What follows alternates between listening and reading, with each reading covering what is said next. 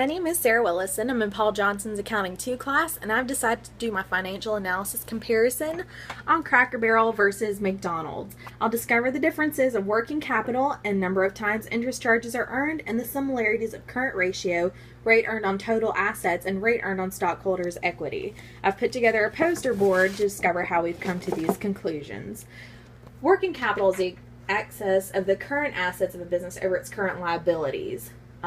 So in layman's terms, current assets minus current liabilities gives you the working capital. So if we plug in the amounts that we were giving, we come out with $50,691 for Cracker Barrel and $1,194,200,000 for McDonald's. The main difference between these two is that Cracker Barrel is dealing with the amounts in the thousands, whereas McDonald's is dealing with them in the billions.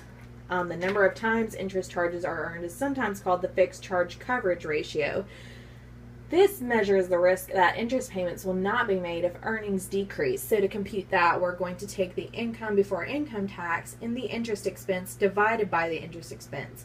So for the Cracker Barrel, we're given income before income tax is 5.7%, and then the interest expense is 1.7%. So we'll add those two to get 7.4, divide it by 1.7 to get 4.35. For McDonald's, same thing. We're actually given the amounts though, and so we're going to divide those two, and we'll get 17.66%. There's a pretty significant difference between the number of times interest charges are earned. In fact, there's a 13.31% difference.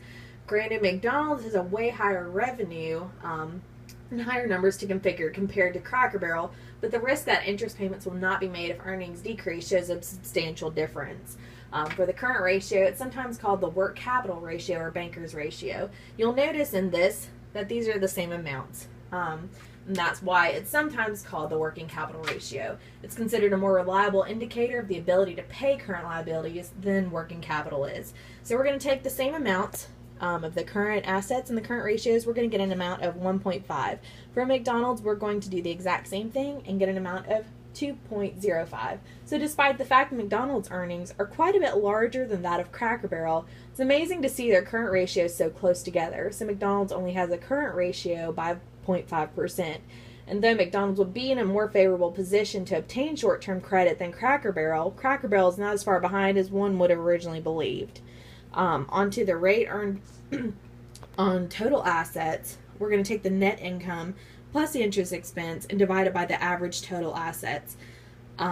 For this, to get the average total assets, we've been given the total assets for 2012 and the total assets for 2011. We're going to add those and get this number divided by 2 to get the average between the two. So we have our denominator.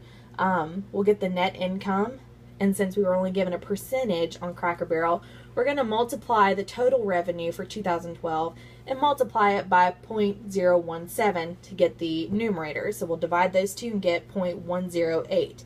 As far as McDonald's, we've already been given the amounts, so it's just a matter of adding the two and then once again finding the total assets for the 2 years and then dividing it and getting 0.175. Despite the fact they have such a huge difference in revenue, whereas Cracker Barrel can be in the thousands and millions, McDonald's is in the millions and billions. Finally, on to the rate earned on stockholders' equity. We would take the net income and divide it by the average stockholders' equity. It measures the rate of income earned on the amount invested by the stockholders. So once again, to get the average, we're going to take the total assets of stockholders' equity for 2012 and for 2011, get an amount and divide that by 2. That's going to be our denominator. So once we do that, we'll take the net income, divide it by that, and we'll get the total amounts. So for Cracker Barrel, we get 0.317, and for McDonald's, we get 0.368.